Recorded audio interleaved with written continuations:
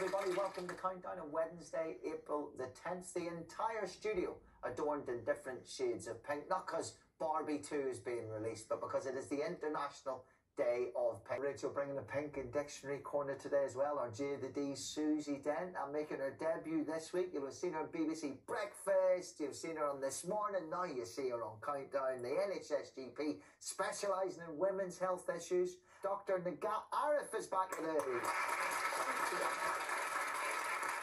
We all look great today, apart from me, but there you go. A chat with our good Dr. Arif. Now, I've said at the top of every show, specialises in women's health issues, yet we haven't talked about them yet. So let's do that. Let's do that today. In particular, misconceptions.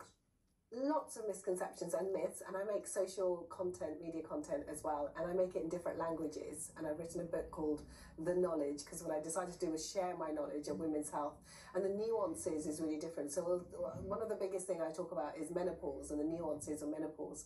So if you look at language, particularly when it comes to women's health, in ethnic minority communities, for me, I speak Punjabi as a first language. We don't actually have a particular word for menopause. We sort of do. So there's something called kapde khatam ho gaye.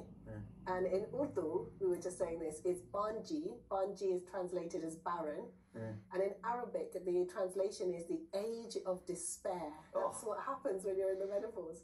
And for me as a doctor, it's a natural transition that happens. It's a genetically programmed that women will go through this. And perimenopause is when you have periods, but menopausal symptoms varying from hot flushes to aches and pains. And then the nuances is that actually in ethnic minority women, so if you look at Black and Asian women, they don't ever complain of hot flushes.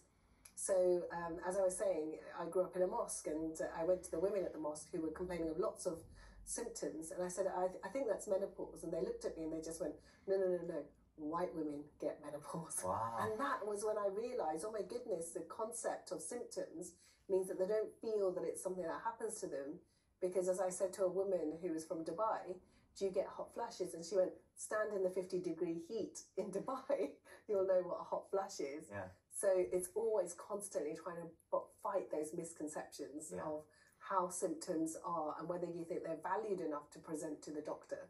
But it's about action though, isn't it? Yeah. Like you can talk all you want, but things have to change. And I feel there are steps forward when it comes to menopause. Like there's at least this, I know it doesn't cover all medication, unfortunately, but there is this kind of yearly price for prescription, which is fairly new, which, while not perfect, is a step forward, right? It is. And the fact that on Countdown we're having a conversation about menopause, I'm so happy about this because there are so many misconceptions and we think that it only happens to certain groups.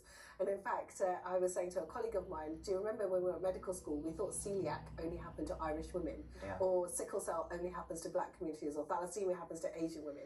And when we come back to menopause, it happens to sort of 100% of women who are menstruating, who will go through that change, but actually taking away the layers of misconception that we have around cultural things and then actually giving access to women to the care.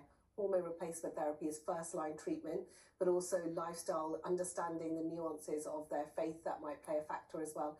And if you look at sort of Chinese or Japanese women, they think of this as a time of celebration. It's amazing. Your periods have stopped. This is great.